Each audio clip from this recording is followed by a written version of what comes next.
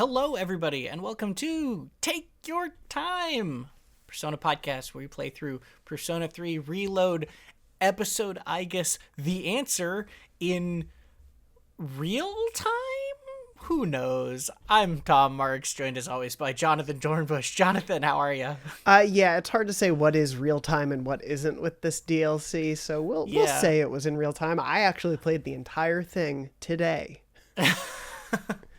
right before recording. Don't ask me how, but it took me 37 hours and I beat it all in one day. That's just how time loops work. If you've made it this far, if you've listened to all the other episodes, welcome to the actual end. We are going over today the dates of March 31st and March 31st and March 31st and March 30th. No, so yes, this is episode Aigis The Answer, the DLC that comes at the end of Persona 3 Reload. I believe originally introduced as a DLC in Persona S.E.E.S. Yes, yeah. Persona 3 S.E.E.S. As the one? kids maybe say. I don't actually know if people call it Fez, but I like calling it Fez. Okay, well, we won't do that. Moving on. Sorry, that came off way meaner than I meant it to sound. Well, we're not going to do that crap, so. This DLC takes place in a time loop on March 31st. It is also depending on how fast you play, 20 to 25 hour DLC. So obviously there was no way we were going to be able to play it in quote-unquote real time. So Jonathan and I have been playing it over the last month, and we're just going to talk about the whole thing. Of note, because it's a 25-hour DLC, I think it took me like 21 total. Yeah, I was at like 22 to 23, somewhere in there. Yeah. Right. Because that, we are not going to treat this like we do normal episodes where we sort of go beat by beat through every conversation. This episode is probably already going to be longer than an hour, and if we did that, it would be 5. So we're not doing that. But we are going to go through it sort of like semi-chronologically, talk about the setup, talk about the meat of the DLC, talk about the ending, which of course is the sort of most exciting part of this whole thing, and we're just going to go into it. So, blanket warning, if you have not played this DLC, we're going to be going right in with full spoilers. Expect to get spoiled on all of that stuff. Before we dive too deep, though, we want to do just a little bit of housekeeping. Specifically, we don't have our Palace Ruler tier Confidant callout because, as we talked about previously, we have paused the Patreon indefinitely because we don't know when we're going to be, when we're going to be doing more episodes, more show, that sort of stuff, and we don't want to take your money for doing nothing all day. Speak for yourself. But we do want to do a quick shout out, just a final shout out to anybody who backed on the Patreon at any level. We've talked about this in the last episode, so we won't belabor this too much. But again, we really, really did appreciate everybody's support, no matter how short or long you subscribed there. No matter how much you were pitching in, all of that stuff, we really, really, really did appreciate it, and thank you very much. And Jonathan, that support almost kept going, right? Yeah, huge thank you to Scott, who decided to subscribe to the Patreon after I told everyone not to subscribe to the Patreon. So thank you for trying to support us. But my assumption is that they're just listening in like they're earlier in the podcast. And they're just excited for the bonus episodes. No, but obviously we don't want to be taking people's money when we're not putting out new content. So like to Tom's point, don't want to belabor it, but genuinely like from day one, we didn't really have any expectations of people supporting the show. So the fact that so many of you did, especially so many of you, like I can see the numbers, people stayed subscribed the entire time. Like to see that from so many people is really awesome. So yeah, thank you to everyone, including Scott, who supported us throughout the run. Yeah, Scott, whenever you get to this episode, thanks. We appreciate it. The last bit of housekeeping before we get into some comments is the pop quiz from last week, because last month. Last week. Last time, I'm still used to it. I did do a pop quiz from a month ago from the end of Persona 3 Reload, which was you can go and talk to the Rafflesia flower salesman person who will tell you what the meaning of cherry blossom flowers is. And then there's a ton of cherry blossom flowers all through the end of the game. So I thought this was quite relevant. Did we have anyone asking about this, or did you know what they said? No, I forgot. Francis wrote in, I think because we were getting so many comments as the show ended of people just like thanking us for the run of the show, which genuinely like thank you to everyone for the support. But more so, I think everyone was like focused on being nice to us. A lot of answers were forgotten. So Francis did say, my slightly educated guess is that cherry blossoms would mean blossoming or shining within a short life. That's in this nice. Regard. But yeah, you tell correct. Me. Fair enough. But also very, I mean, these things are all made up. Yeah. So I think if it means that to you, that's good. No, the answer from the flower shopkeeper is that they mean don't forget about me. It's like a remembrance. And if you look up the meanings of cherry blossoms more generally, they are often a symbol of both like beauty and mortality, like the fragility of life, right? So it is very, very, very, very thematic in both the meaning that they explain in the game and sort of the wider meaning of the common interpretation of the flower. So yeah, I thought that was really cute that the cherry blossoms were not just pretty, but they're very specifically like for saying goodbye when someone dies. It's like, oh man, that hits hard. Well, I mean, before the DLC came out, did you know if he really died? Who's to say? Yes. No one could have. But yes, no, that it is very sweet and feels very apropos and makes that the title screen even more beautiful. Yeah. Yeah.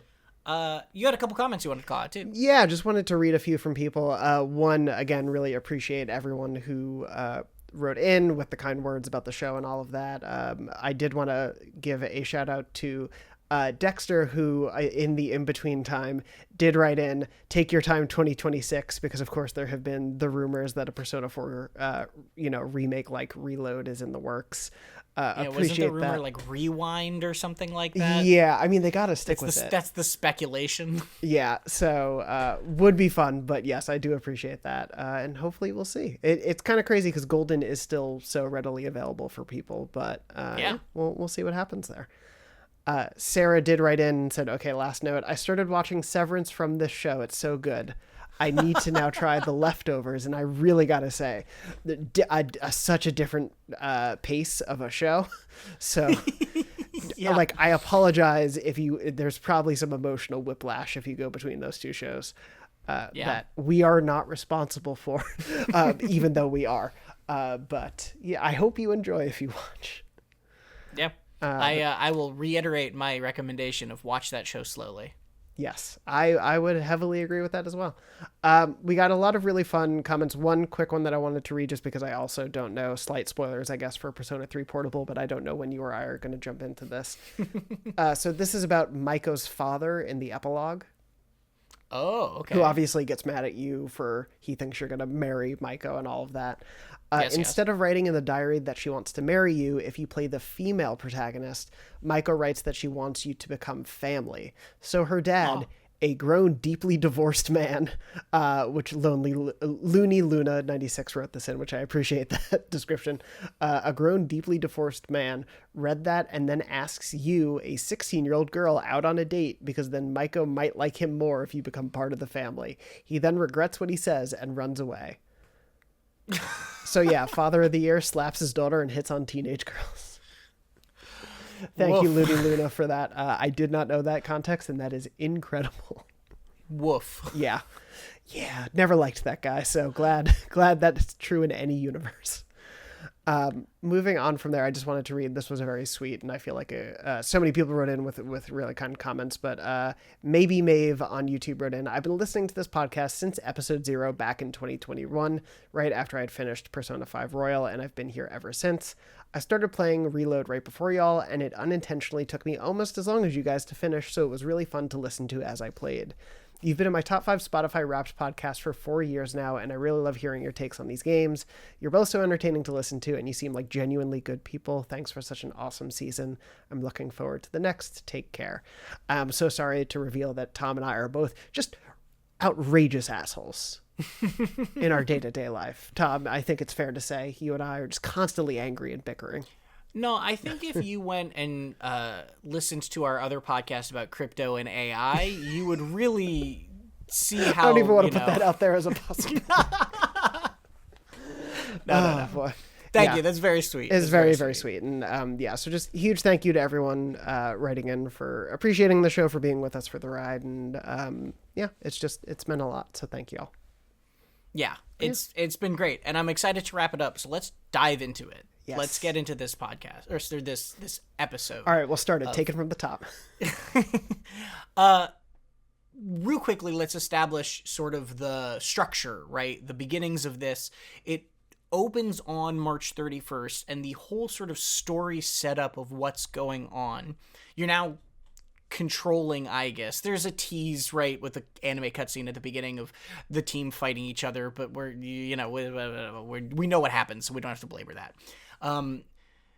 There's essentially the team kind of separated. It's moving out day. It is the last day that everyone will be in this dorm, and there's this bittersweet, this melancholy. People are still very clearly affected by the death of the protagonist from the base game, which you now have confirmed.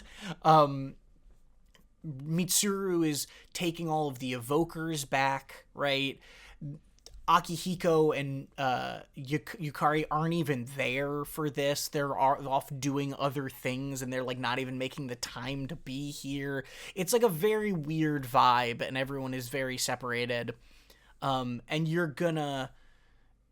Aigis has chosen to return to the lab, not even re-enroll as a third year in the school, because she's finished her purpose or whatever.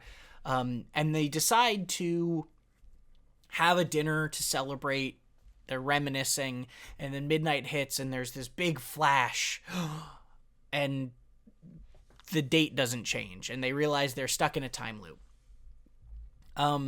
This is the overall setup, which I was not expecting. I was curious how it was going to, if anybody who listened to my last episode of what I predicted, I was completely wrong, right? I guess there was hints of it, because I was like, maybe Aigis has to chase after the protagonist into Tartarus, and that is kind of what you're doing. You're chasing a protagonist-like figure through basically Tartarus, but it's not at all what I expected. If you had somehow nailed the abyss of time, I would have been very shocked. I think I totally get where you were coming from, and I think the things that you were leaning into that were correct totally made sense. But yeah, I wouldn't expect anyone to nail what this is ahead of time if you didn't know. There is also sort of the emotionally, it is the team chasing after your ghost in a very real way, right? Yeah. That it is. Anyway, continuing on. Aigis sort of explains that she fell into this depression after you died and kept having the same dream of chasing you over and over every night, until one day the sadness just left her and she no longer needed to sleep, and she became much more robotic again, which we obviously discover why that happened. But the spark of this now in this time loop is that the blue butterfly that was your blue butterfly, representing the Velvet Room and your powers, essentially, goes to her. And then you rush to the lobby, and oh my god, there's Metis. And Metis is this new robot who is trying to murder the team to protect Aigis.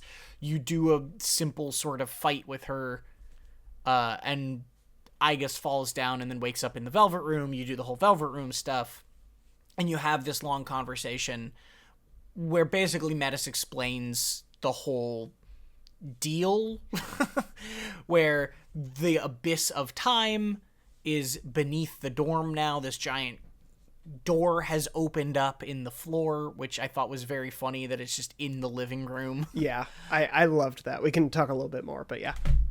Yeah, and then Metis wants to save you from a hopeless situation, says that she's Aigis' sister, also a robot built to fight shadows. It's going to be the 31st forever, and they have to go down into the abyss of time where there's the door, the desert of doors, and go through these doors to try to find whatever is causing this to end it, whereas Metis is like, I could just kill all of you and then it would probably end. And that's the general vibe, right? That's the shtick and that's pretty much like there's nuances here that I'm skipping over, and there's more that gets revealed as you go on, but the general idea is you're stuck in this time loop.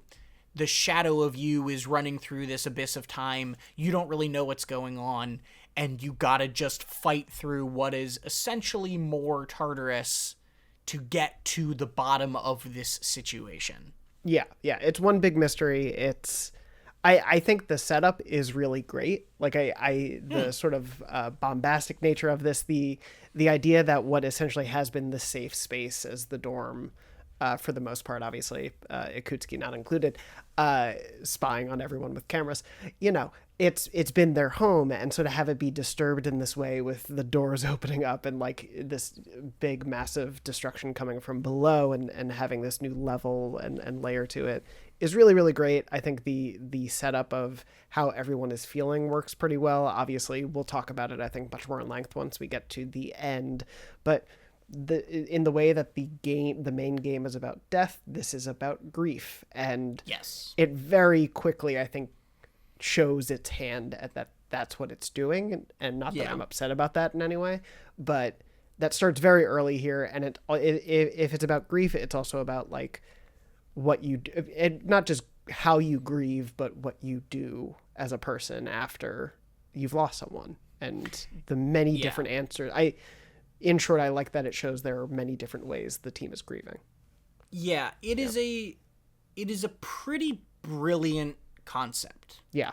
Like, just at the base level, it is pretty genius to take a game about death, end it with a sort of brave, unexpected death, not really dig into that in the actual game, because it wasn't the base game wasn't really about their reaction to it. It was about preparing for this inevitability of dying and how it's going to happen, and fighting against that when you can, right? What Aigis said, changing what you can and accepting what you can't.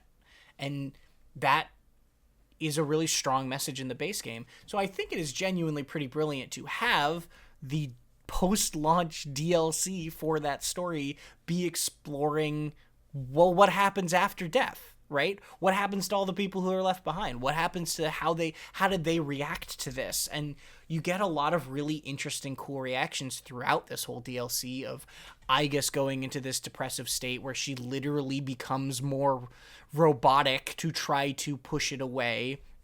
You have, and a lot of this gets revealed later in the DLC, but like Mitsuru literally just trying to box everything up and put it away by taking everyone's evokers and stuff. You have Yukari, who's trying to move forward, but her whole thing, and I love Yukari's arc throughout this DLC because she's she's really unbearable at times in a way that makes complete sense and feels really fitting, is she's just acting out because she's not letting herself grieve. She's just trying to move on and power through it, and can't, and it's harming her mentally. Like it is affecting her to do it that way. And then so I think it's really cool to see how they took that concept of like, well, how does grief affect you? How do people grieve? And spread it across the team of everybody sort of behaving differently throughout this period. Yeah, I think it's done so well, and so like surprisingly nuanced for like, not to deride something in the medium, but I think like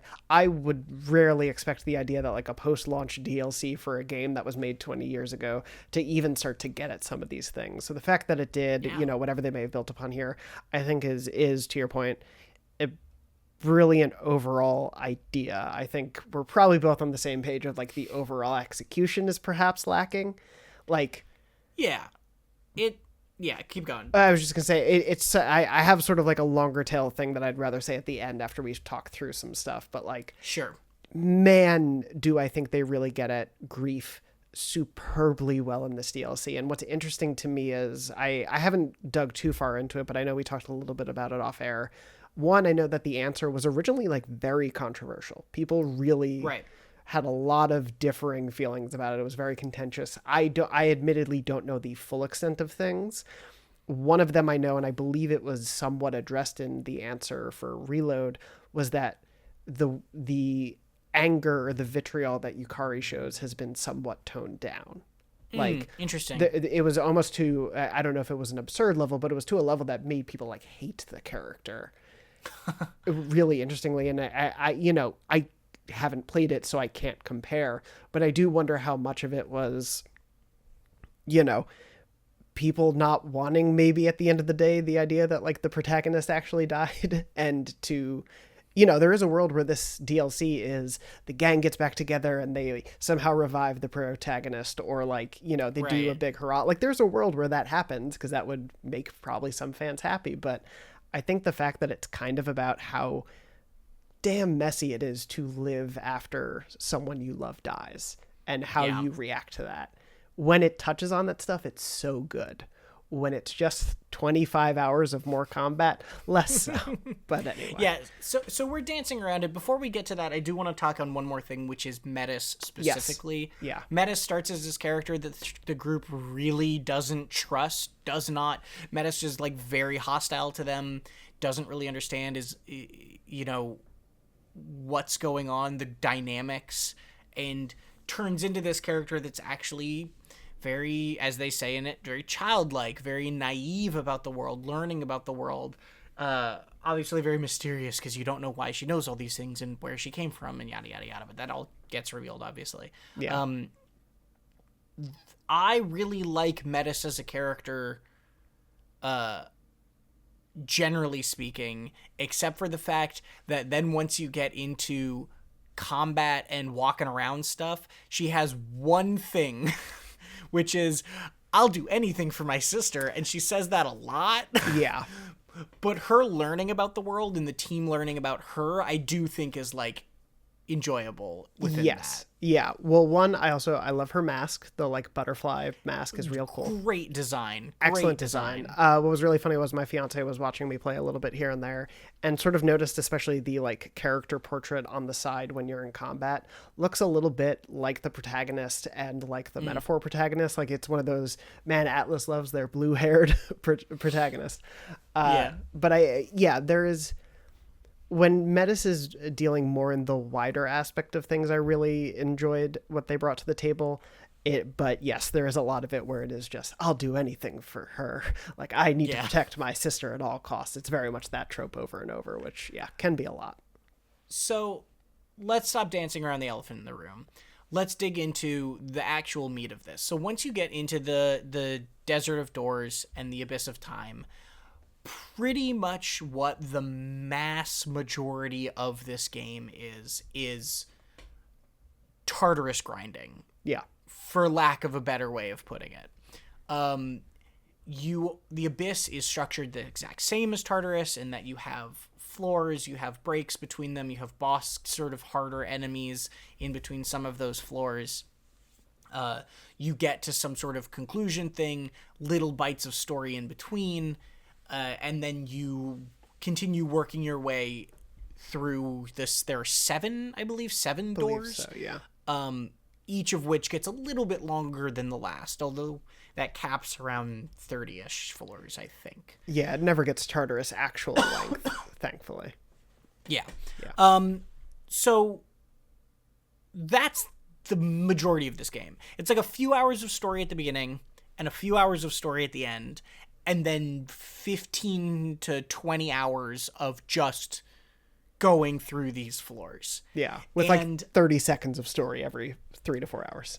Every time you finish one of the doors, you do get these flashbacks where they reveal you're going into the memories of the team or a person, seeing a glimpse of a younger version of a team member, and as they eventually reveal towards the end of the DLC, and the moment that made them awaken to their persona or be resolved to awaken to their persona. So that was Akihiko being approached by Mitsuru. It was Ken realizing that the cops weren't going to help him and didn't believe him about his mother. It was Junpei sort of being sad after his drunk father, which is a side of him we didn't learn about, right? Yeah. Previously.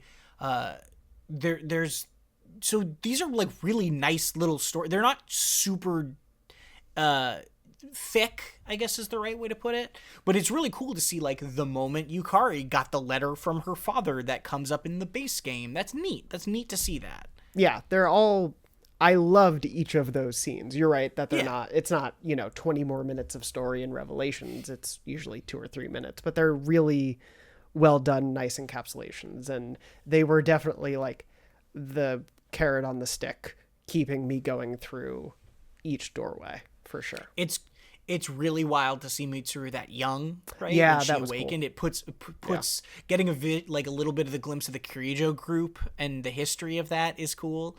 I also think it's very funny that Fuka doesn't get one because you saw how she awakened. Yeah. Everyone knows that already. It was really smart. Yeah, I thought that was a clever touch. Yeah, the Mitsuru one when they're in the lobby of Tartarus is jarring in many ways too. It's like they brought this kid on a hunt where they don't fully understand what they're doing. Like, this is messed up. Yeah. Yeah, it is. And seeing somebody just turn into a shadow is wild. Yeah. It's great moments for sure. Yeah. Yeah. But again, the elephant in the room here is that they come every 3 hours of gameplay and then they're done in a few minutes pretty much. And here's what I'll say. Yeah. I was having a lot of fun with this DLC for the first couple of doors because every 8 floors the theme changed and the areas are like really cool looking and very diverse in their theming, and I was like, wow, they're going all out with this where every time you hit a floor thing the theme changes. That's so cool. And then I got to the 5th one of those and it repeated and I went, oh. Yeah. As soon as those themes started repeating themselves, and as a result, the enemies started repeating themselves more and more and more, all the wind left my sails on this one, gameplay-wise. Sure. I don't hate... I like the combat in Persona. I like the dungeon crawling stuff of it. But this DLC goes twice as long as it needs to with that stuff. For sure. Yeah. It is so... The first half of it is fine. The second half of it is like the same enemies colored slightly differently, the same areas for a 10th time. You know, even the interstitial boss fight guys are the same things. Like, they're just different versions of some of the enemies. Again, there's no special bosses except for, like, basically just when you fight Metis at the very beginning and then all of the end sequence, which has some cool stuff that we'll talk about. Yeah. But all of those in-between bosses are the same. The thing that really got me, and this is the part that I think drove me crazy, is the Monad doors. Those fights because those fights in the Monad doors are basically always the same fights, and the optimal thing to do is to do them every time. And so you just have to these crazy high health fights just forever, over and over again. That, I think, is the thing that's key to me of like, I enjoy all of this stuff, but man, when you just have to do it non-stop, like, I think Tartarus was repetitive to some degree, but at least then you had breaks where you would go and do tons of other stuff for a while and then come back and do 3 more hours of Tartarus and then have breaks and go to... This is just... it's really got draining. Yeah. Well, counterpoint, I loved every second. No, I mean, it was a great excuse to catch up on podcasts I had a backlog of, but... Yeah, no, genuinely, I think the biggest problem at the end of the day with it, because you're right, like, I do think all the new designs of, like, for lack of a better term, Tartarus areas are cool. Like, the first time you see them, they're all really cool. I was kind of shocked at how many there were at first. Obviously, that shock faded quickly after, but I was like, oh, there's I think 4, and then they add a 5th one about halfway through. Yeah, and I thought they were all cool designs. I liked the way that the layouts worked, some of the animation stuff going on in them, the way, especially, they had a really great knack for creating steps kind of weaving in and out of areas. Those were always really cool animations. Did I get bored of them eventually? Yes, but they like credit where credit's due. There is really cool design in there of the world. But I think the biggest crime that it commits is just that, especially after you've played 90 hours of the base game, nothing really about the combat that you're doing other than learning Metis is new. Like, yeah, you do get some new powers, I guess, that obviously, Aigis plays differently because they now do have all these different personas, but you know how the protagonist plays, so whatever. And I think I almost would have been more interested if they just let Aigis be Aigis. Yeah, I was curious. It almost would have made the DLC a little bit different flavor. Yeah, but I think it's just the fact that, like, it doesn't introduce anything new in the sense of, I know exactly what I need to do here. I know how to fight most, if not all of these enemies. I understand what I'm grinding through. There is no sense of discovery there other than the visuals for the first few hours. And so I think, like, and I kind of get it, obviously, you know, thinking back to this being an adaptation of a PS2 DLC, you know, addition to a game. Probably back then, the idea that you get 30 more hours of the gameplay that you loved, I could see being more enjoyable back then, but even still, it would probably be like, okay, this is a little too much, guys. I think it just... Well, and it was controversial then, right? Yeah. And I think it just, its biggest sin is that it just, there's nothing new to discover there, and so it makes what a facet of the game that we both love, like we love the combat in these games, it makes it boring after a certain point. And it's a bummer, because like when I think about this DLC, God, the story, I love it and have been thinking about it so much, and then I haven't thought at all about the gameplay that I spent most of the time doing. Yeah, I think the right way to put it is that it puts its combat in the worst light, right? I think Persona combat is really, really fun, but I think variety and pushing your limits and making you try different things is one of the reasons it's really fun. Yeah. And so when you just are doing the same thing over and over with, like, seemingly randomized weaknesses, right? The weaknesses, because you're fighting the same types of enemies with different colors every time, the weaknesses just stop mattering as much, where you're like, can't as reliably be like, well, this fiery guy is going to be weak to ice. It just puts that combat in a bad light, which is a shame. And I totally I understand why this DLC might have been controversial, because it is a very contradictory thing of, like, I don't think the gameplay is very good in this DLC, but I think that the story stuff feels vital, right? Yes. Yeah.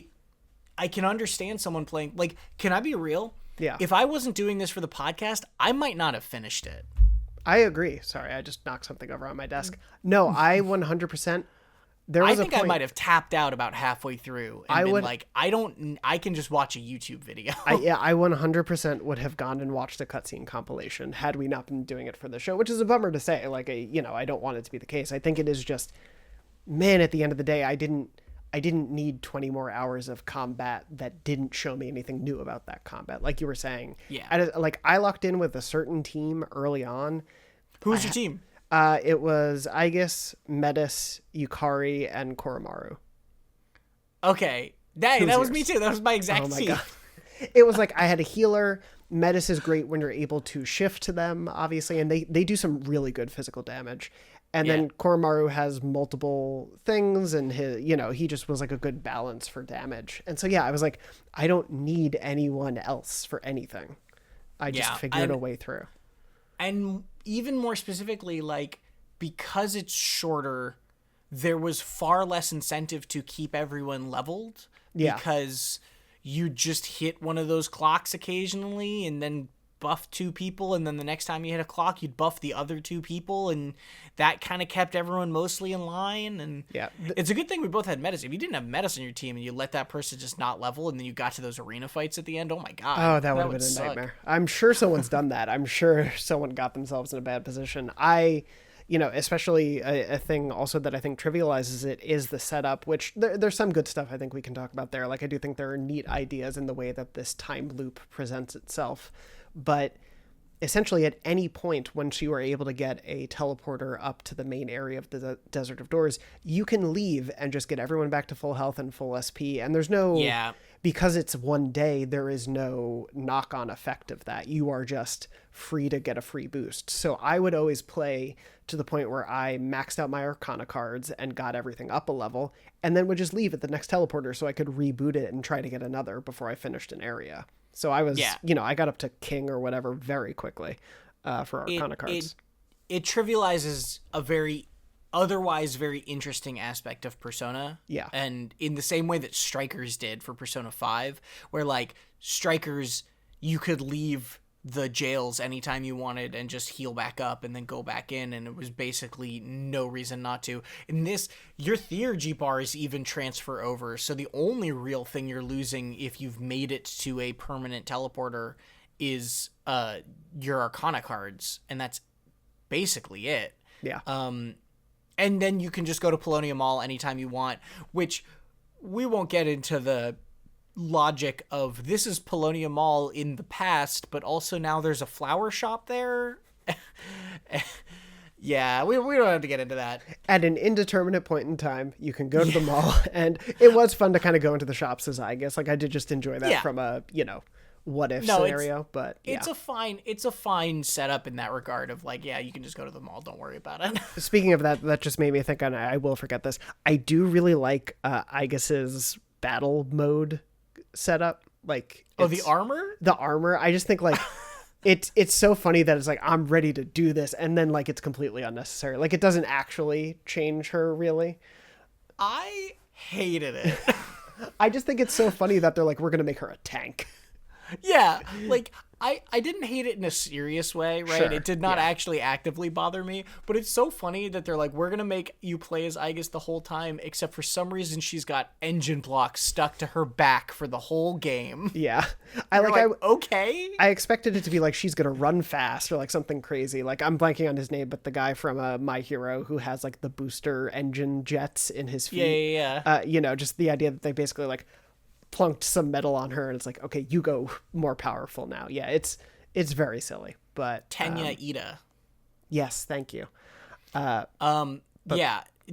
Speaking of though, something we didn't really touch on, it's neat that the only mechanical change that we can speak of in that regard is you shoot instead of slash when you're attacking shadows, right? And then you also do get the very, very useful ability of you can just dash through pillars to break them, which is lovely. Why didn't they add that to the base game? As soon as I unlocked that, I was like, did I play 90 hours of this game without that? That is genuinely, if we want to talk about a gameplay edition, 10 out of 10. I loved that. That was great. But, Okay, so here's the other fundamental thing that I think we touched on though, and I wanted to revisit of you can just go out and heal your SP, right? Yeah. A thing that I think is a genuine failing of this DLC, not just it's repetitive, is that it incentivizes it makes the correct or best choice not always the fun choice, which is a thing that I think is very important to good game design, is you want to make the good thing the fun thing. So like leaving every time you see a teleporter, going back up and healing and going back down, and every time you get to a door, going back out and exiting and then coming back in is like the correct choice, and it just is annoying. Yeah. Right? It's just annoying. And the other thing is, I already mentioned it once, the monad doors. So the monad doors, you're given this choice of 1 flame, 2 flame, 3 flame, which determines how many enemies you have to fight and how many rewards you get. As far as I could tell, there is no real reason not to just do 3 flames every time, because the rewards are really good and the fights aren't that much harder. And so you're doing these repetitive fights where it's basically the exact same 3 fights in a row in a randomized order every single time to get these weapons and armor that are so good they are make everything else in the game almost irrelevant, right? Where you can get these armor that or weapons that give like plus 50% experience, and you're like, what in God? Why would I ever use anything else? And they put those monad doors like. I saw them as frequently as every other floor sometimes, There right? were times every where, 2 to 3 floors you're running into one of these. And to your point, I think of the monotony where it really sets in is very much that idea of like in a certain area, it is the same fights. So yeah, there's no reason not to do the triple flame. You learn all of the weaknesses and then you just keep doing that over and over again. And you get as much as you need. And at a certain point, I genuinely stopped doing them because I was like, there is no need. I have run out of reasons. This is just wasting time for me, which is a bummer because my team has all the items. Yep. I'm not going to be switching them around, so I'm just good. Yeah. And it is I think an interesting concept to make the monad doors a little bit more like, ooh, make a choice and, best of luck. Because if you do mess up in this 3-phase fight, it's going to screw you over. But there's no real... Like, it doesn't feel punishing. So you just keep moving on, and it just happened a lot. And I really got through so many episodes of Doughboys, which are very long episodes of a podcast. Let me tell you, they do like 3-hour episodes. So, it was a bummer in many ways there. It's sad, but yeah. By the end, by about like the 2/3, 3/4 mark, I was not fighting anything that wasn't a treasure shadow or a monad door. Same. And then by the last section, by the 7th door, I did like a few monad doors to get my items, and then I just skipped everything. Yep. And I think a crucial thing there is I ended at like level 86 or something. It's not like I was under leveled by doing any of that. It's not like I was behind by doing any of that. Yeah, it's just kind of a shame. The summary, I think I've sent you this message. My summary of this DLC is this DLC could have been an email, right? Yeah. Like this DLC, I think, could have been 10 hours long and would have just been better for it. Oh, for sure. Yeah. But, what are you going to do? We can stop belaboring it. For sure. It is a shame, and it didn't ruin the story stuff, but I do think I would have stopped playing at some point. And it's one of those interesting things where I think to some extent, like, I know that obviously what's going on here and whatever choices are made, I do have some thoughts, but it's like they are remaking the DLC that happened 20 whatever years ago. So it's not as it like I think pretty clearly. I want to just make sure people understand, like, I'm not upset at the Reload team, I guess, who made this, or even I'm not upset at the team, but I just like, I understand why they hewed so closely because they did, with the base game as well. I do wish they had maybe taken more liberties because I think there's a world where you do, but then it becomes like, then what are you remaking? Are you making a new game, etc.? But yeah, it's like so here's a very simple change, not trivially simple. Games are hard to make. I understand that, but here's a simple change I would have made if I was the Reload team. There were 5 total areas you could go through. I would have added 2 more and just made each door its own area so that by the time you're in the 4th or 5th door and you're seeing the exact same stuff over and over again, it didn't feel as repetitive. Sure. If you just made each door its own theme color, I think that would have felt a lot better, right? Yeah. Because then at least every time you go in, you would get some sort of little treat of like, oh, what is this area going to look like? Yeah, no, the surprise of that early on was fun. I wish it could have sustained at least the visual surprise. Yeah, for longer. And you're completely right. I think that the other thing that my read on the situation is also that P3 sort of revolutionized with its story stuff and the social links, and it changed the way the Persona series was going to be handled and structured, and it changed also what was important to people from that series, right?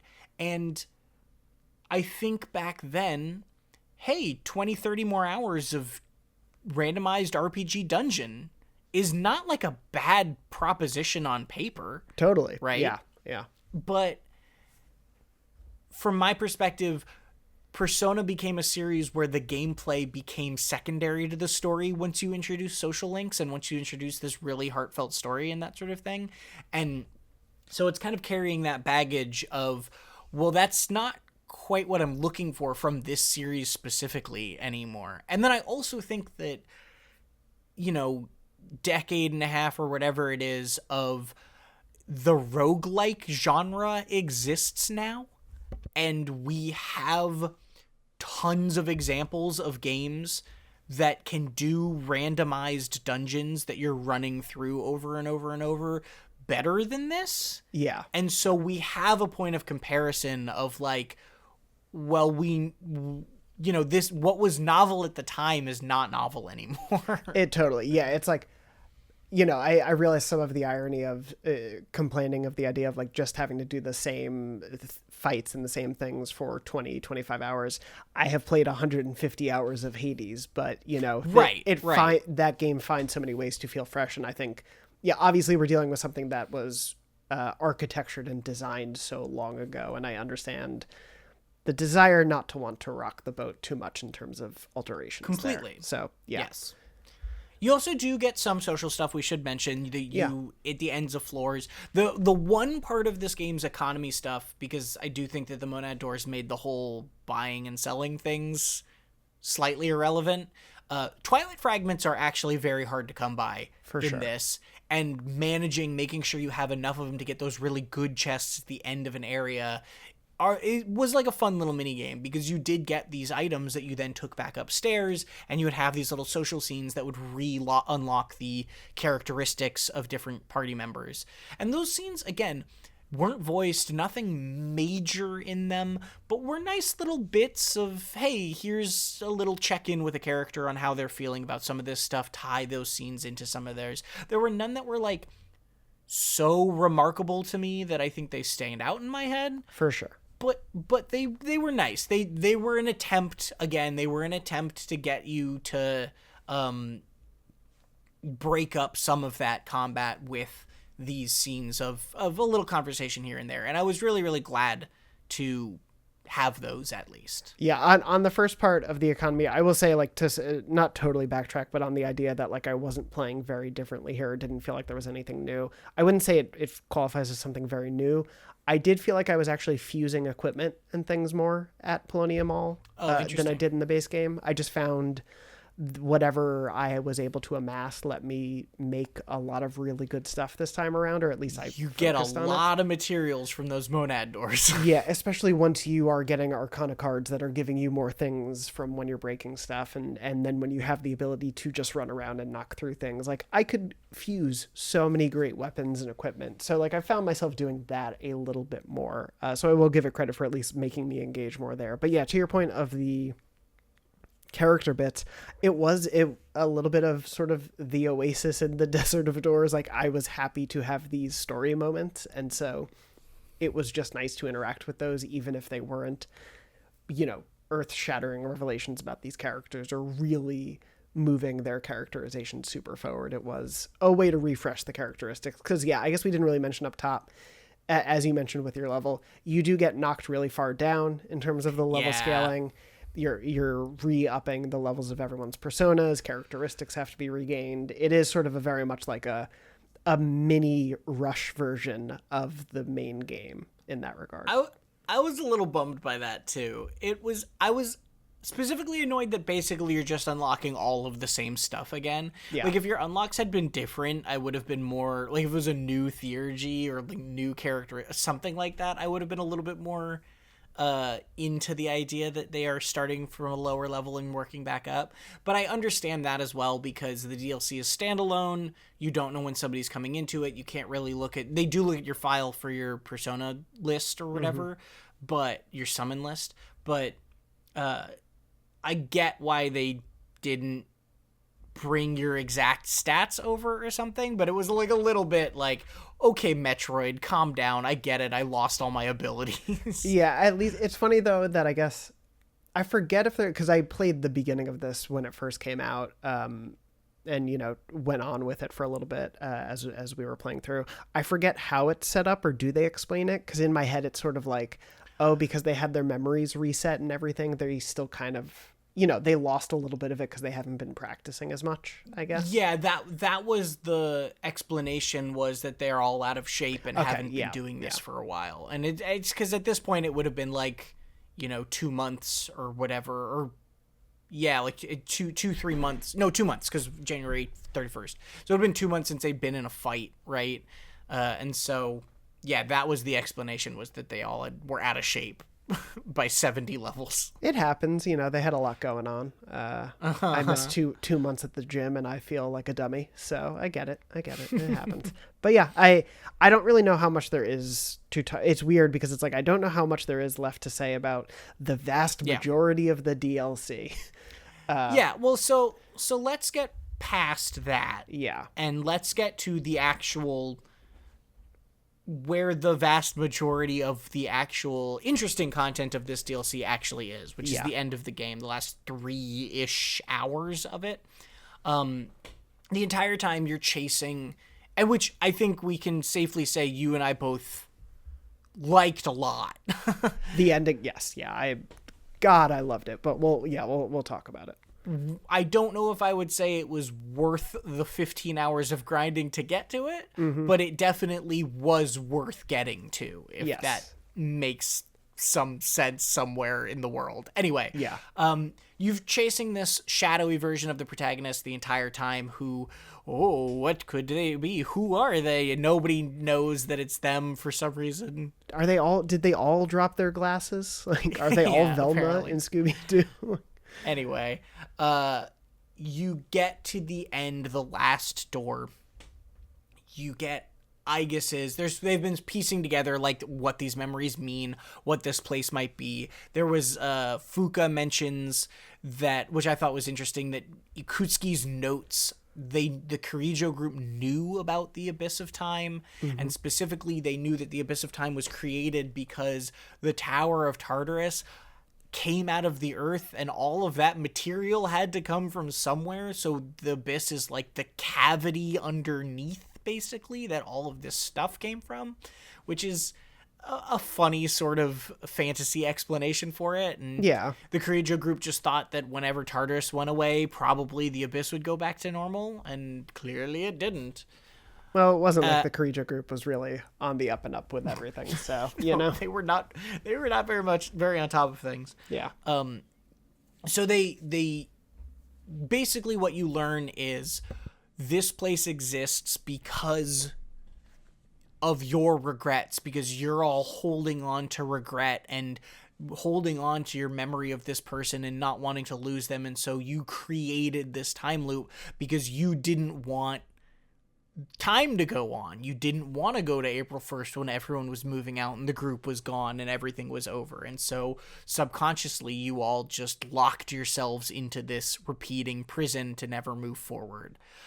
You get this scene with Aigis, which is her memory of her awakening to your power, to the protagonist's power. In her dream, she wishes she could just be a normal robot and not have all of these emotions anymore, and a spark happens and she gets the butterfly, and we'll talk about this, see Metis rise from her shadow. And then you have to fight Shadow You, which is your regrets given form, and it's a little boss fight against a shadow monster, and he's using your personas against you, which is kind of cool. Yeah, I liked that a lot. I think for all the misgivings I had beforehand, I do think the boss stuff toward the end generally works pretty well. Overall, I think this is maybe one of the less interesting ones for me, just overall, but I think it was like a good start for where things go from here. I'll get this out of the way. I don't think any of the fights from this point on are particularly interesting fights. That's fair. Very specifically, mechanically speaking. That's fair. That is a totally... I think they are all totally passable, fine fights when it comes to the actual mechanics of the fight. There's the card switching of the final boss of the base game, I thought was easier than a lot of these fights, but more interesting in terms of what was actually happening 100%. Than any of these fights. Yeah, these are thematically interesting fights for me. Yeah. Very thematically interesting fights. Very thematically interesting fights. But just mechanically pretty straightforward. Felt like I was doing what I was doing for the last 20 hours, yes. Yeah, kinda, yeah. So you get this cutscene, this anime cutscene after you defeat him.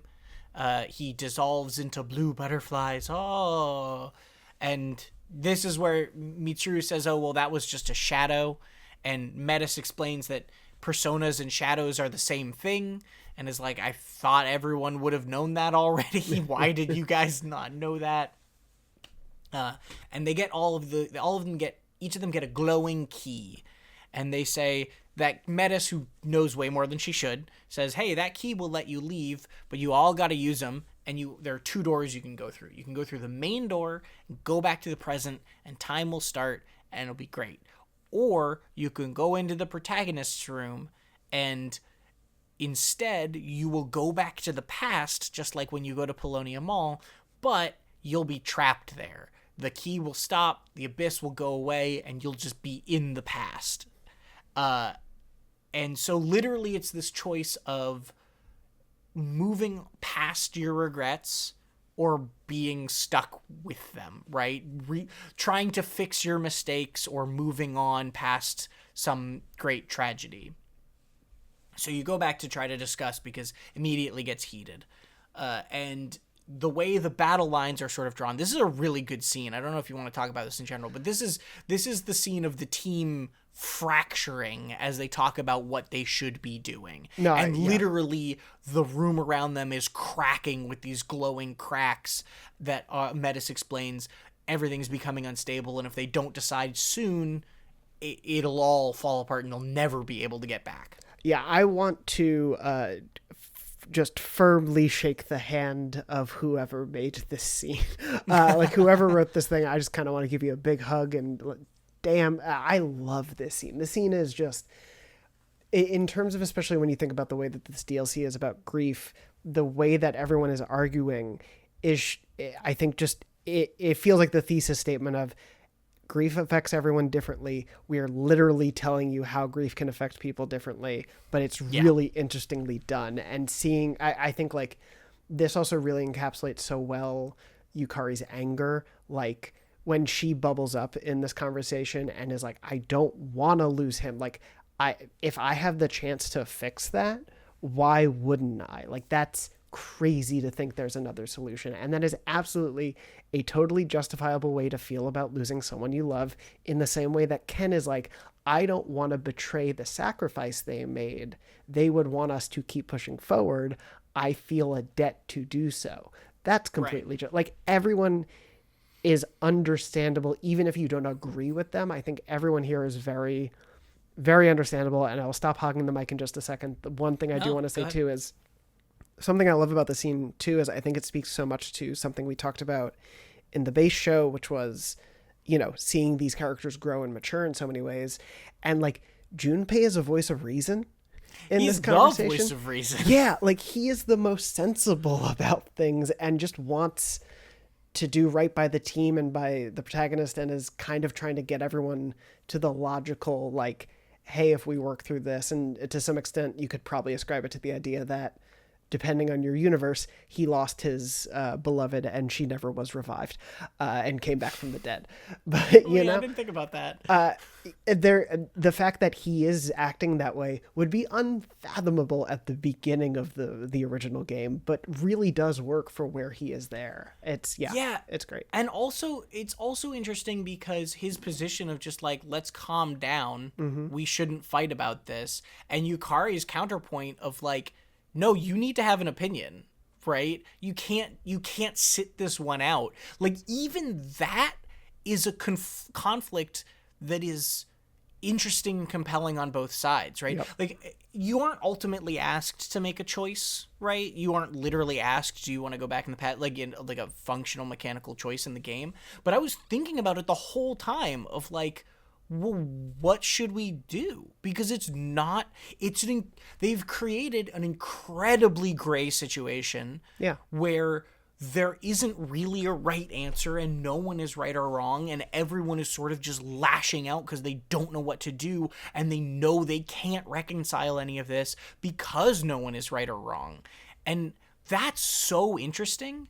I feel like a lot of the times with choices like this in RPGs, I kind of know what the game wants me to do, or I know what it wants me to be feeling, and then I'm conflicted on my own. They really leave every sort of facet of this completely ambiguous and personal and hostile in ways that I think fit. Yeah, it's a wild thing. They're all so like it's really funny to me. This is the sort of scene that like you would see play at the Emmys for like the nomination for the best writing in a show. Like this scene for me just works so well in terms of, yeah, to your point, making the conflict feel so real and so true to these characters, but making it all feel valid, not making it feel like the game is saying these two people are right, these two people are wrong. Like you can totally get where everyone's coming from, even though there is the layer. I do like that they kind of admit to this of, sure, we could try to go in the past. We don't know how to stop that. Like there's not a solution on our hands of how to not let him die after defeating Nyx. Like there isn't. And I think Junpei even says at some point where he's like, what if we made it worse? Right? Yeah. Like, what if we went back and did bad? Yeah, no, and that is a completely fair way to look at it. But you can also understand I think it's really interesting that you get, because Mitsuru and Yukari both end up being the ones who like want to go back. Yeah. You know, you do, I think there's an interesting parallel there of the two people who have lost the protagonist and also lost parents through this ordeal. Like they have multiple losses really intrinsically tied to this event and to everything that's happened here. Obviously Junpei has a loss as well, but I mean like the familial ties here. Yeah, Akihiko has his siblings, right? But he also specifically is like, I wouldn't want to betray them that way. Yeah. And then Ken has his mom, but or I think it's both his parents, but really his mom, but that's, you know, a different sort of thing. Like, yeah, they've all had losses in different ways, and I think you're right that like the parental loss specifically is tying these two in a way that I think parental Kirijo group, I guess I would kind of frame it as like there's a very clear through line between the two of them to some extent for me. They also didn't really get like closure in a way. I feel like Ken gets closure with Shinji pretty seriously, and Akihiko's relationship with the other two doesn't really feel like it needs as much closure, and Aki also gets to talk it out with Ken. Mm-hmm. And, you know, they all get some amount of closure in the finale of the game, but Yukari and Mitsuru, like, they're just sort of left with what happened to their parents in a way that Ken and Akihiko got to bond over, you know, this shared thing that they were going through with Shinji at the same time. And Junpei's, you know, girlfriend came back to life. It's fine. It's whatever. Yeah.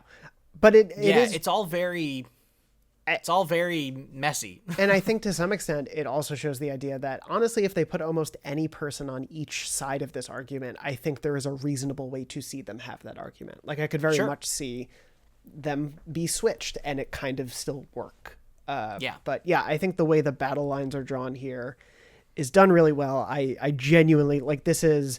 base game included, I think one of my favorite scenes of the whole group throughout this process. I thought what was going to happen is you were going to have to pick a team and then you would fight the other team. But as we talked about, Yukari basically says, hey, we're not going to decide on this. Let's fight. Let's just take the keys from each other and fight. Yeah. I do love and we just got to duke it out. That's the only solution. And Metis goes, hey, I have an arena for that. Which is very funny, but obviously we learn sort of why that happens. She brings you to this cool arena place. If you want a mini pop quiz in the middle of the episode, what's the name of the arena, people? If we had another episode, I would have hey, if we ever come back, answer it there. No. I'm going to say no. Okay. I'm just going to give people some time. Did you have a thought? Deus Ex Arena? No, it's the Colosseo Purgatoria. Yes, yeah, I did see that name. Yeah. Little bit on the nose, if I might say. Again, has this game ever been afraid to be on the nose? No, it is not. Yeah. The added layer to this is Metis gets really serious about, like, I know you said don't kill your friends, but I'm going to kill your friends if they try to take your key, because your key is tied to your heart, so you'll die if they take your key. Which we're not ever sure if it's a lie or not, because Aigis is also like, you don't actually know if that's going to happen, and Metis is like, well, maybe, though. So, like, the implication is it probably will happen, but we don't actually know for sure. It does go back very much to the childlike nature sort of defense, which tracks for Metis totally, where weirdly they have obviously these omniscient understandings of things, and then also are so childlike. But I do have to say, after you were saying all that, all these keys and all these hearts sounds like another franchise I'm a big fan of. No, it doesn't. I don't know what you're talking about. Dragon Quest. Yeah, there we go. Anyway. Getting into the arena, Metis says this is where she woke up. She thinks she doesn't know why she was following you, but she thinks this is what she was meant to do, was let your friends fight each other to the death to get some keys. I guess it's very clear. Yeah. I guess it's very clear that she does not want to be fighting her friends, but her friends won't back down. Fuka also does not want to be fighting her friends, but Akihiko and Ken are the first ones up, and they're like, listen, we're not backing down. We're going to do this, so it doesn't matter if you don't want to fight us. Like, we're going to fight you. And Fuka, and I think this is very good of Akihiko. He's like, Fuka, if you really don't want to be fighting us, you should take their side, because we do want to fight. Yeah. So you should go help Aigis and Metis. It's a nice way to keep the idea of not removing something you've been relying on, for over 100 hours now between the game and the DLC. So it's a helpful addition for sure. You get into the fight with Akihiko and Ken, and the music rips in these fights. Music's really so good. Really good battle music. Yeah. My big complaint with these fights is that they don't have their weaknesses. Same. I was like, oh, here we go. I know how to handle these guys. Easy peasy. And then it's just, no, they just have their resistances. We can talk about the story kind of in between these, but let's talk about all three of these fights kind of at once, because they're all very mechanically similar. You're fighting the two people, first Akihiko and Ken, then Junpei and Koromaru, and then Mitsuru and Yukari. They have mostly their abilities plus some surprises, right? Some people have like Megidol when they shouldn't have, and that sort of stuff. They don't have their weaknesses. They can use their theurgies, which is really cool. I love that they can shift. They can do the theurgies. They can shift, that was a really neat touch. I appreciated that. That second fight was the hardest thing I've ever had to do, because they made me fight Koromaru. How dare you? Even at one point are like, Koromaru looks like he's in pain, and you're like, why would you say that? Why did I do that? My fiance was sitting next to me during that fight, and they're like, if you kill Koromaru, we're not speaking. It was The Akihiko and Ken fight is fairly straightforward. The Yukari and Mitsuru fight sucks a lot, because Yukari has Dairahan and can just full heal, so we just laser targeted her. Same. Immediately. That fight took me way longer just because she was healing so well, and I was so upset because I kept getting in a place where the way I was trying to set up my theurgies and my support skills to, suppress their power and amp up ours was just a little bit off that fight for whatever reason. And so it took me nearly double the time, because that healing, true to Yukari, she can do it a lot because it's super cheap for her. So all due respect, it made a lot of sense, but wow, was that tough. And I will say, I said the fights mechanically weren't that interesting. These fights, I think, did do a really good job of sort of evoking what those characters did on your team and then throwing it back at you. I think that obviously they were still just sort of really, really, really high health bar, whittle them down, no weakness fights, which isn't wildly complex, but it was very, very cool to see how they translated the play style of a character into an enemy. Yes, I really love that. On that note, Koromaru almost wiped me. He was tough. Yeah. So I knocked out Junpei. I got Koromaru down to probably like one more good attack of life, right? And then I used Metis has Akasha Arts, which is that like super strong physical attack, just crazy powerful ability. Used that. Koromaru used counterstruck it. Immediately full health to 0, Metis is dead. Out of nowhere, complete dead. Because you have way less health than they do, right? Your health bars are not anywhere near the size of what their health bars are. So she uses Akasha Arts, bounces both hits back, dead. It charged Akasha Arts, right? Full dead. Immediately Koromaru goes, casts Fear, makes Aigis afraid. Aigis loses her turn, back to Koromaru, uses the ability where if they're afraid, they insta-die.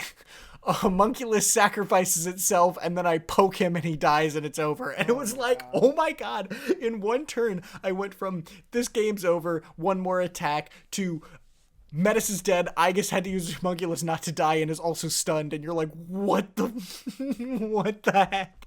Koromaru just went crazy. So let's talk about the in-betweens of these. Yeah.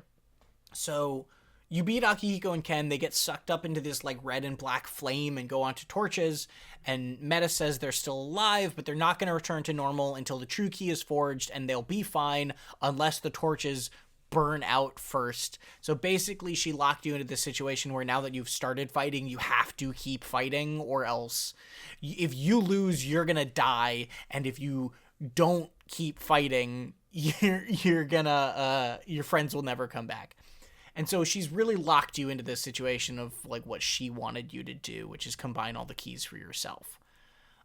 You also get a chance to regroup between rounds. You can even go to Polonium Mall. You can do crafting stuff, whatever you want. I went to the Velvet Room and I immediately was like, oh, I need a heal all, and I need a Mop by Sudi, and I need a char. Like I started adding all the things I was missing on Aigis to my party. Yeah, I was doing that. I made sure, obviously, that I had just the most powerful certain attacks that I could, but I really focused on making sure I had like charge and concentrate.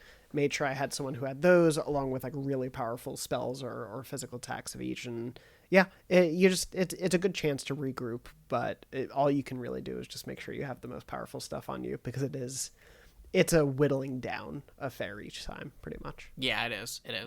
Yeah.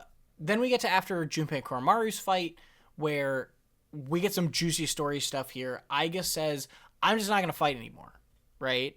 I'm done. I don't want to fight my friends. I'm just going to give Yukari and Mitsuru my key, and if I die, I die. I don't care. I'm not going to hurt my friends. I'm going to sacrifice myself in order to let them do what they want to do, which is very similar to what the protagonist did, right? Sacrificing themselves to save the team, no matter what would happen to them.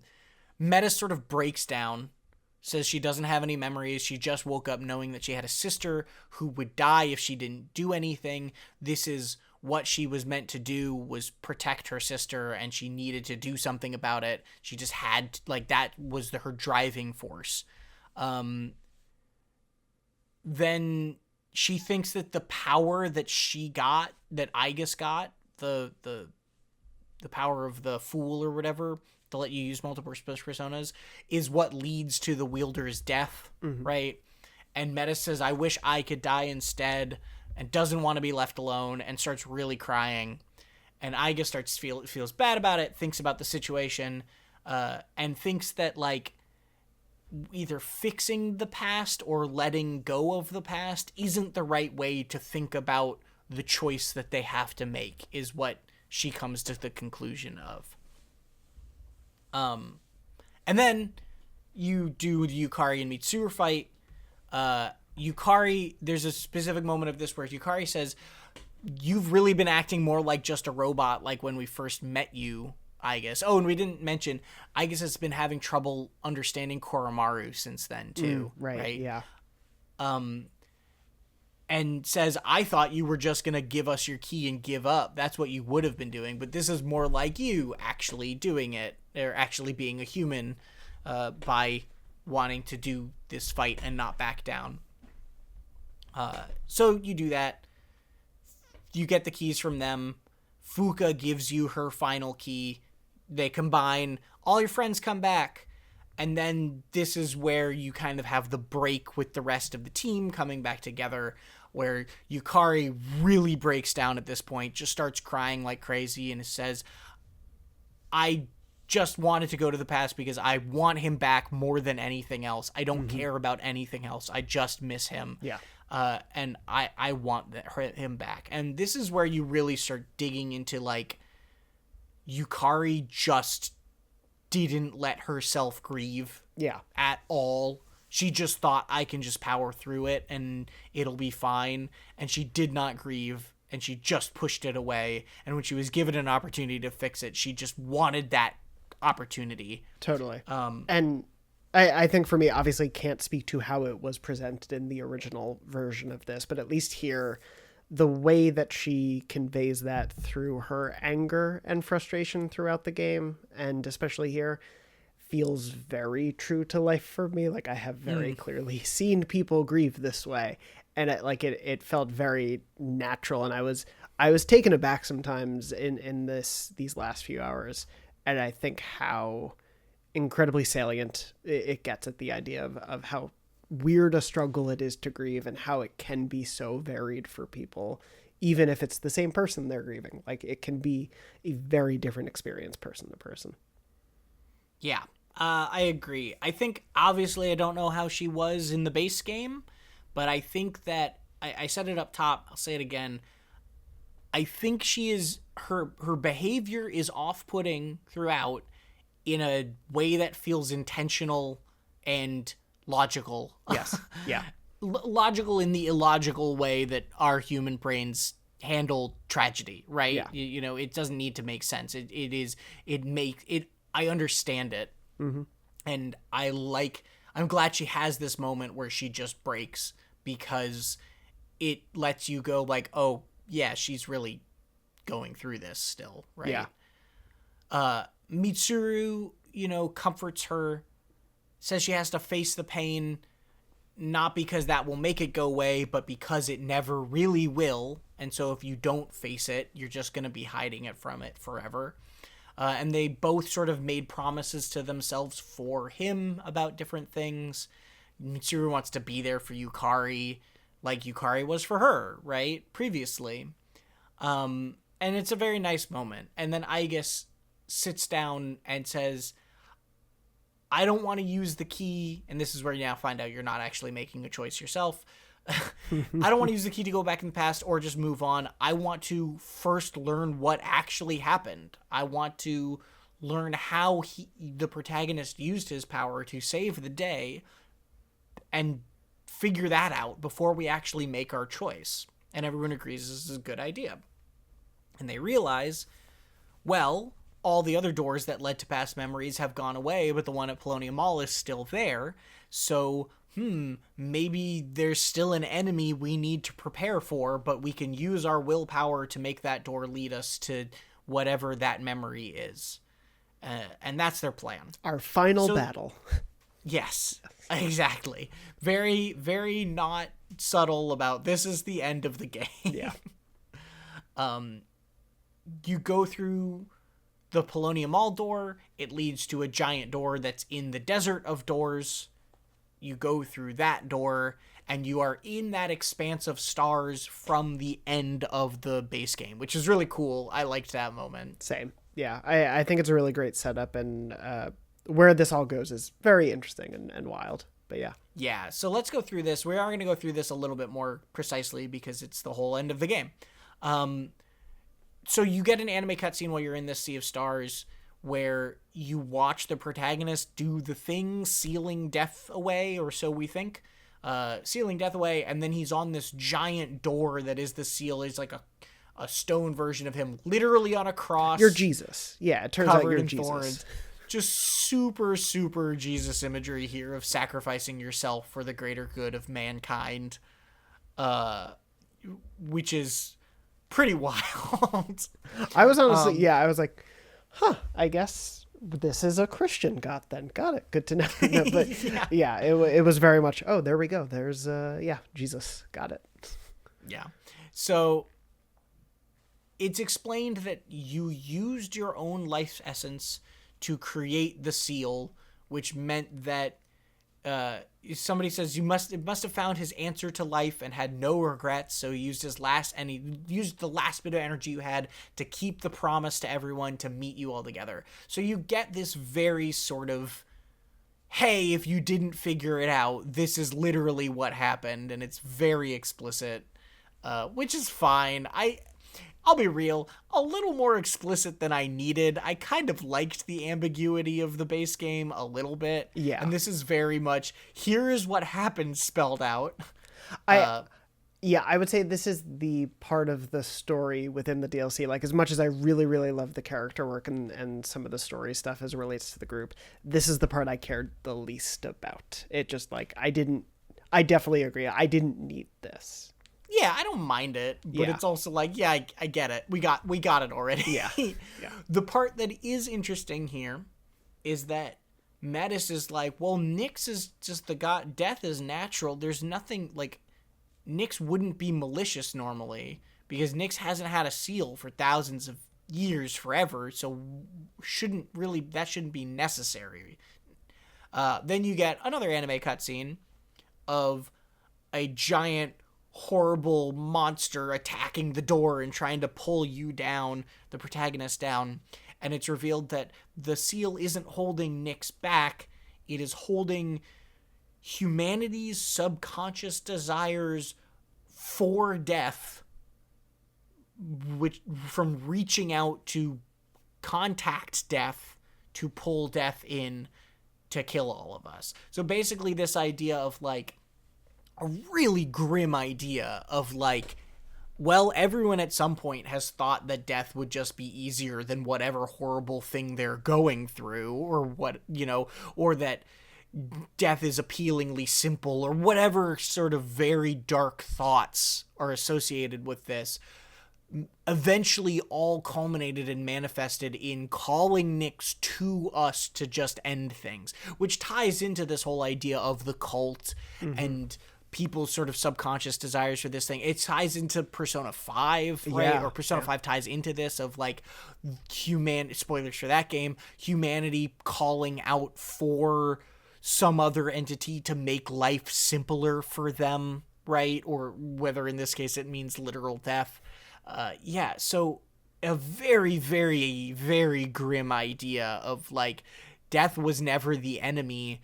It was literally asked for by humanity subconsciously, is, like, very sad. Yeah, I think amusingly, to follow up from what we were just saying, while, like, the first part of this that we were talking about, I was like, yeah, I didn't need that as much. I thought that was a really interesting twist to Me too. What happened there. Like, I did appreciate the idea there that it wasn't like, oh yeah, it turns out Nyx was just really evil for a little bit or something like that. Yeah. Because at the end of the day, I did have that thought in the back of my head in the original game of just like, yeah, but, like, why now, I guess? Like, what, was it really just X, Y, or Z? And so the idea that there is this manifestation of things, as you said, also ties into other Persona games in a neat way, or those tie back to this. So yeah, I really appreciated that.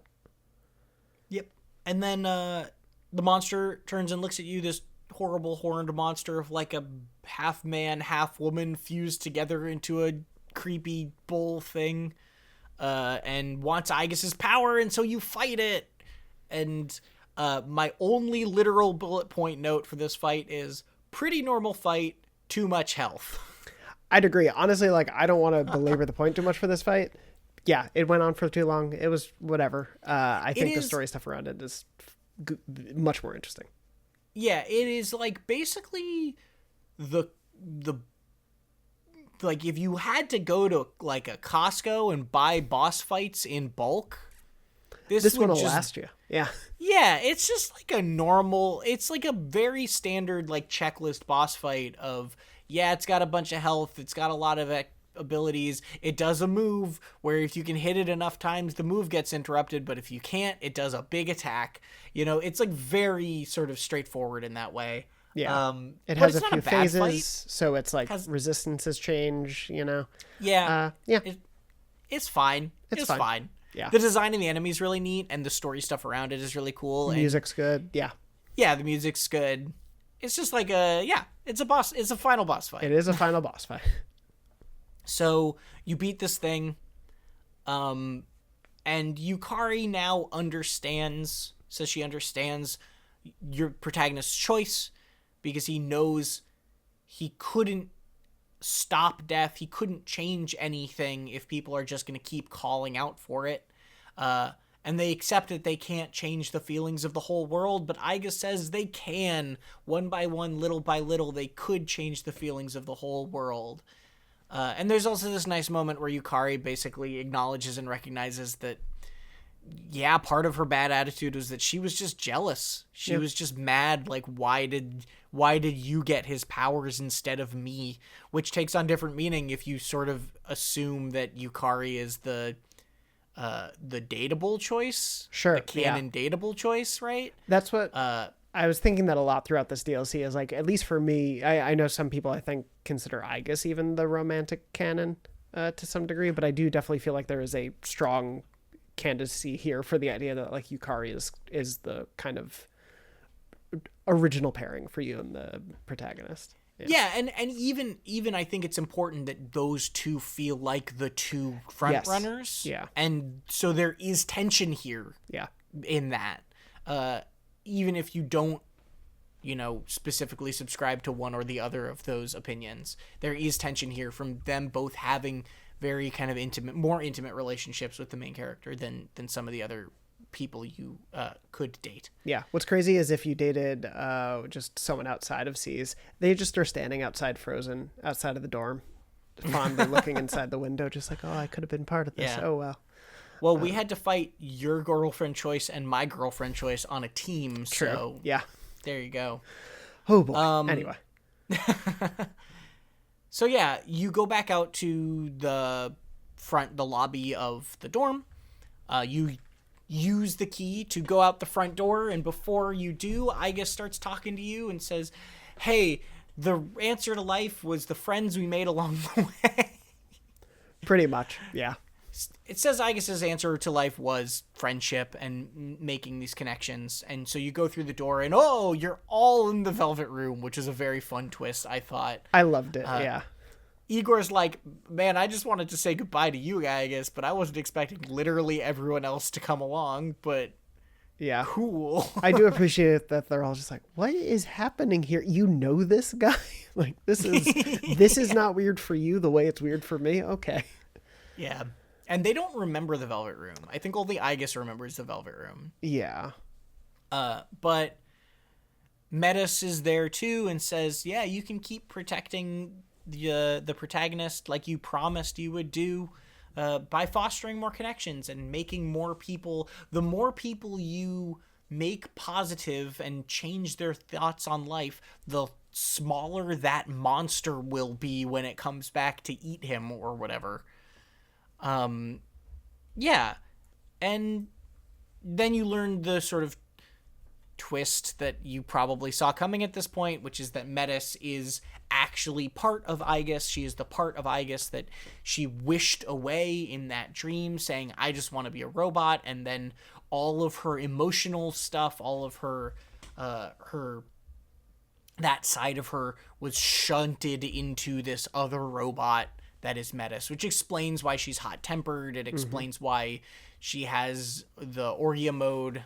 It's got like a lot of connections there, which you can see coming or piece together yourself, which is a fun little thing. Yeah, not shocking, but I think well conveyed at this point. Yeah.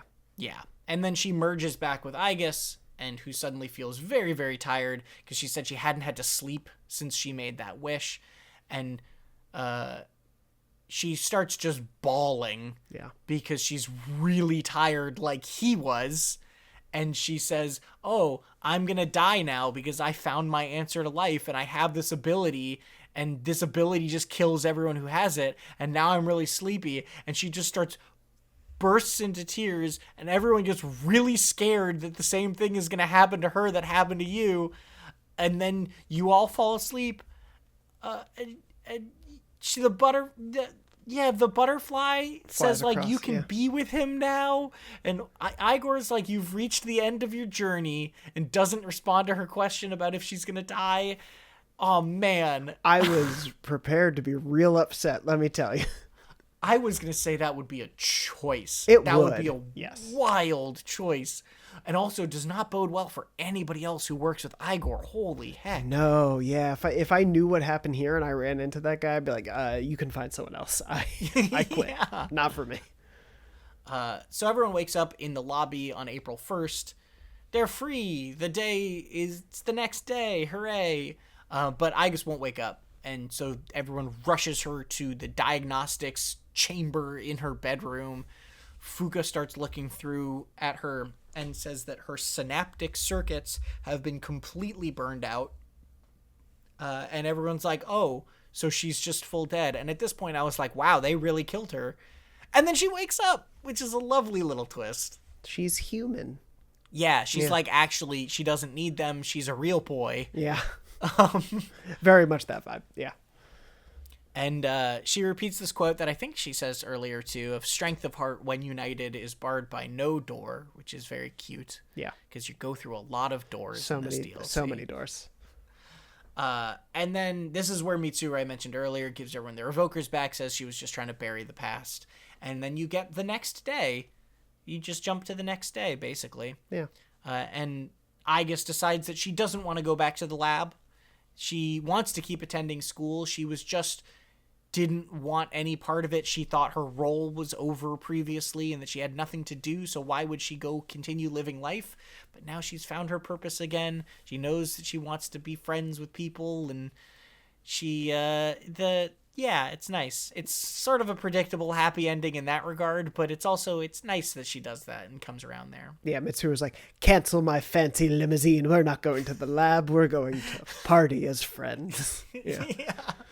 And then you finally get an anime cutscene at the end of all of them moving out. Yukari asks her to be roommates because they're friends, so they came together at the end. Yeah. And then there's a nice little credits walking sequence, and everyone is happy again. Yeah. I am glad. I agree with you. It would have been a hell of a choice, and I think would have been impressive to go that route. But I was really happy about this because as it was ending, and especially that moment between one when I thought Aigis was dying and I didn't want her to die. Like I felt so strongly like I don't want this character to die. Like she has a happiness that she has now found through so much. I really want her to have that, and I think that moment between her and Yukari at the end where they're like, because we're friends, like we're gonna help each other out, I want to be there for you, like really got me. I was a bit of an emotional wreck with that ending just because I really was like so happy for Aigis. Like to your point, as conventional as it is, I love these characters, and so I was really happy to see that. Yeah, totally. Yeah. Me saying it's, the stereotypical happy ending or whatever is not denigrating it any way, because it's also not like, it's not like they didn't put in the work to get there, right? Yes. Yeah. Like the whole DLC is about a horrible ending to a story, and how do you move past that, and how do you reconcile that, how do you deal with that, how do you talk to your friends about that, how do you move forward, what is even the point anymore? Yeah. So it's not just like, hey, we did it. The whole game is about getting there, and how do you as a human get there, right? Yeah. I think the ending is really good, and it ties back to what we talked about at the beginning of just, I think the whole idea of this DLC being going through the lows and pushing through and hitting your head against a wall and feeling, that despair so that you can figure out what all of this means and what it means to you and your friends and how to move forward and how you can make the world better when the light seems to be gone from it is just, it's really a moving idea. And it's especially a moving idea since it's, the ironic thing is the gameplay is so much just more of the same, and the story and the theme is so not more of the same. It is so an evolution, a continuation of what the themes of the base game were, in a way that I think is really smart. Totally. is super, super, super smart. Yeah, no, it's so we were I guess if we're sort of moving into like final overall thoughts area of these Yeah, things, sure. I for, think we touched on everything else. Yeah. for me a really big thing there that like I had this sort of epiphany moment, and obviously it's like wishful thinking, but as I was coming to, I felt very much the same of like, oh my god, the way that this moves the characters forward, the way that it interrogates the story of the first game, the way that it does so much of that is so excellent. If this were like in the era of being a new game now, I feel like this would have been a proper sequel. Like there is the space here for an actual sequel.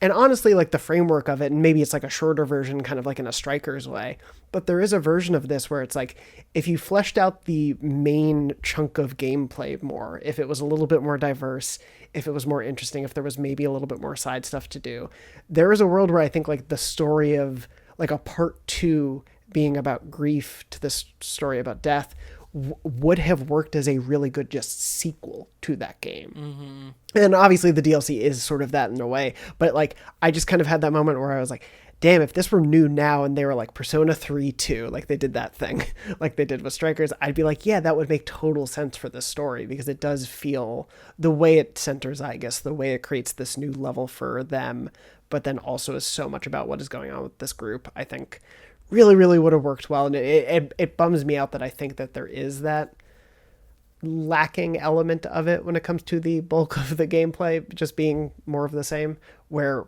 you can, it feels like there is so clearly a spark of a thing there to flesh out. But I'm happy we got the story at least. It's funny that the ways it could have gone more successfully, maybe speculatively, obviously, is either way shorter or way longer. Yes. Yeah.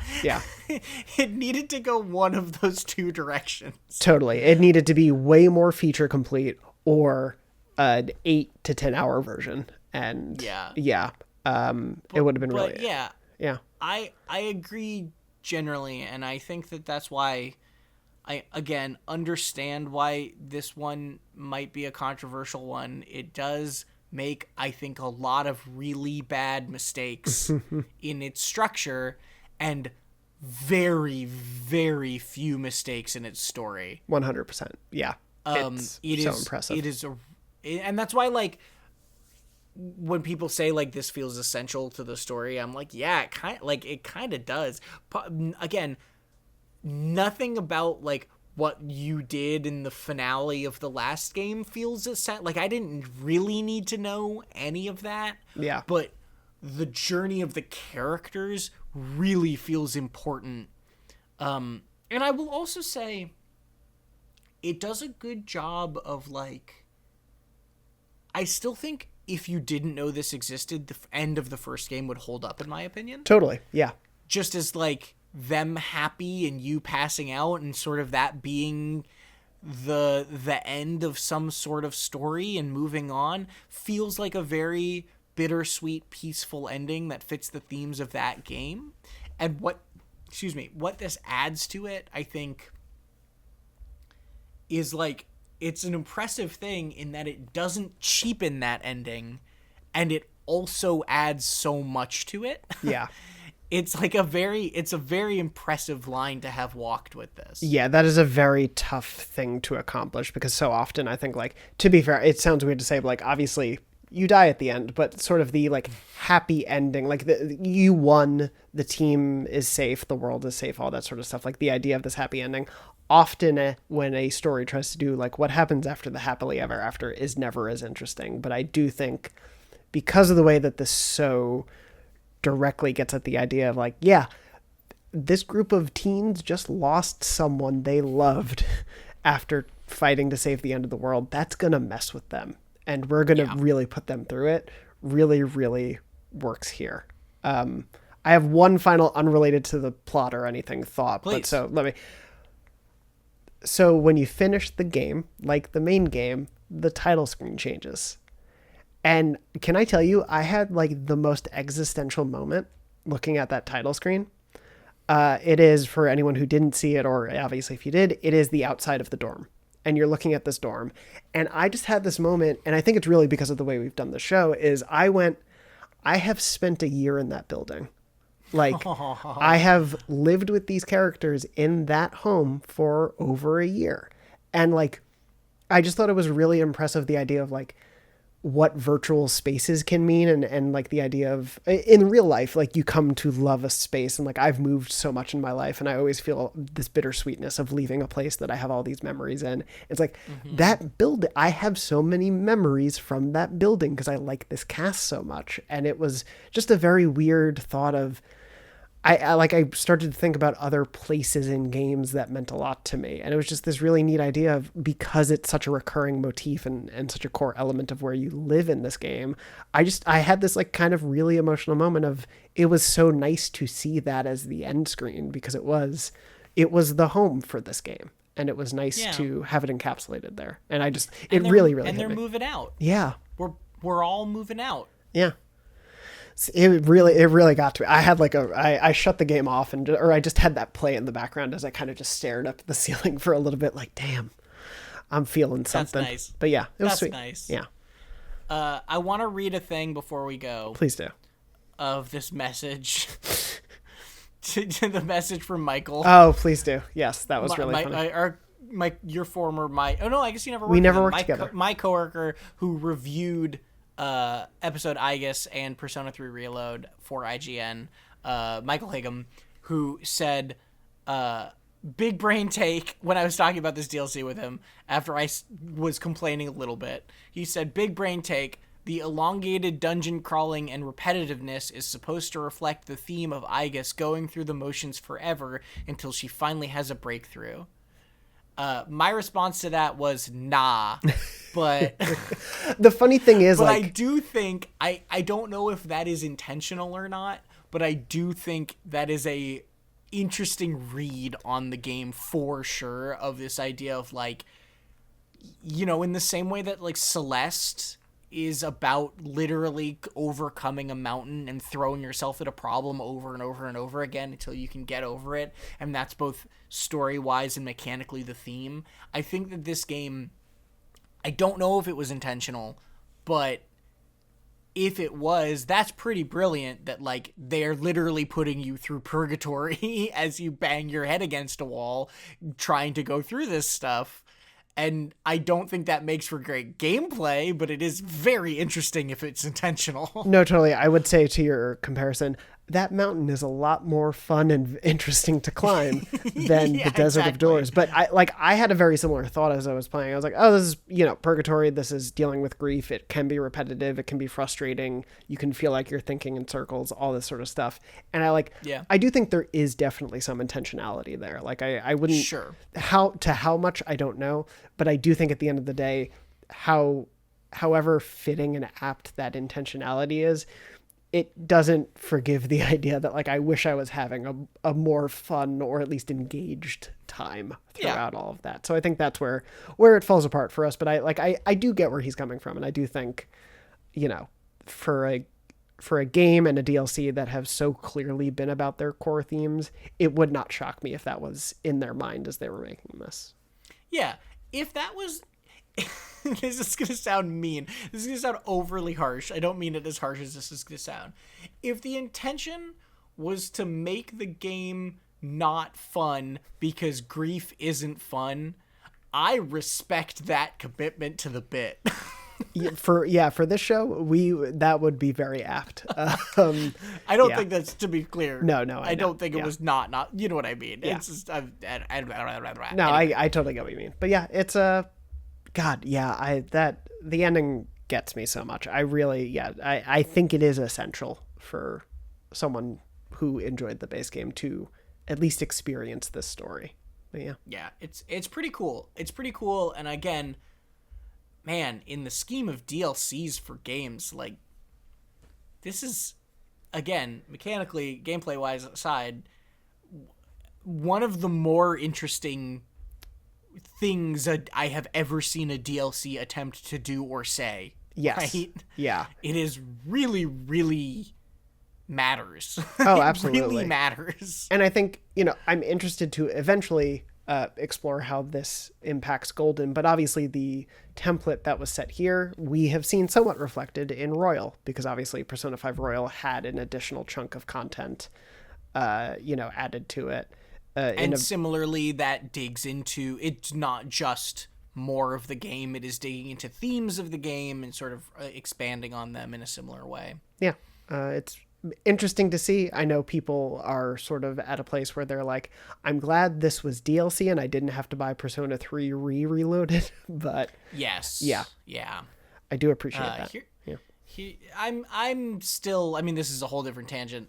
I'm still a little conflicted on that because, again, one of the things I disliked about this DLC was the way that it reset you sort of arbitrarily to a lower level. Totally. Which you can't do if it's not standalone.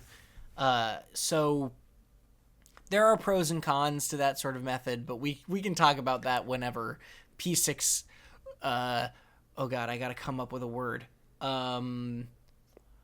Persona 6... Revolution? Shining.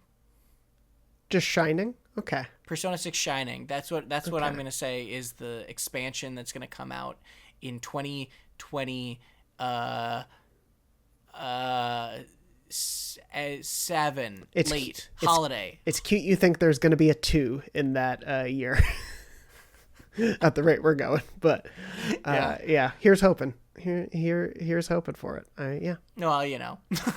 We'll see. 2028. I'll amend. I'll take it. Yeah. Okay. Everyone at me if I'm right in 2028. We'll see what happens. But that's, I think it. Jonathan, do you have anything else for the people at home? No, I think just like we did it. It was crazy. It's been such a fun ride. I'm glad we did get to explore this. I know we both definitely me too. felt the monotony there, but I do like, I'm glad we ended up feeling similarly, especially about the story too. I definitely would have felt a little bit of a pang if you came into this just being like, and it was a waste of my time.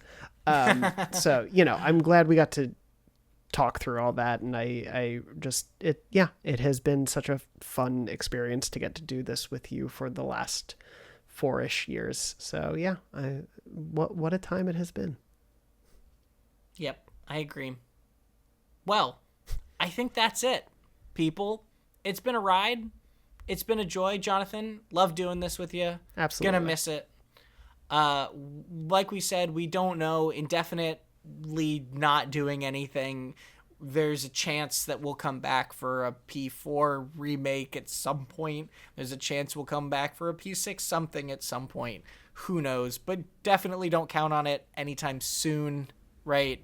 Don't hold your breath here. We'll keep you posted as those things come up. But I think right now we just need a break. Yeah, it happens. I think to that, it's sort of one of those things I think for both of us. It's like never say never. You never know where life's going to take you. But it's a lot. And go ahead. And no guarantee, right? But if you want that when something comes up, no harm in letting us know. We'd love to hear from you, right? Yeah. I'm at Tom Marmarks on socials. He's at JM Dornbush. You can let us know. You can email dornology@gmail.com. You can leave a comment at youtube.com/dornology. Any of these places. We'd love to hear from you regardless. We appreciate you all coming along for this ride so much. For however long you might have been along on it. Yeah. And whatever the future may hold, we will seal you then. You promised and you delivered. I really did not know where it was going to go. Oh, no. Goodbye, everyone. Oh, no. So long, folks.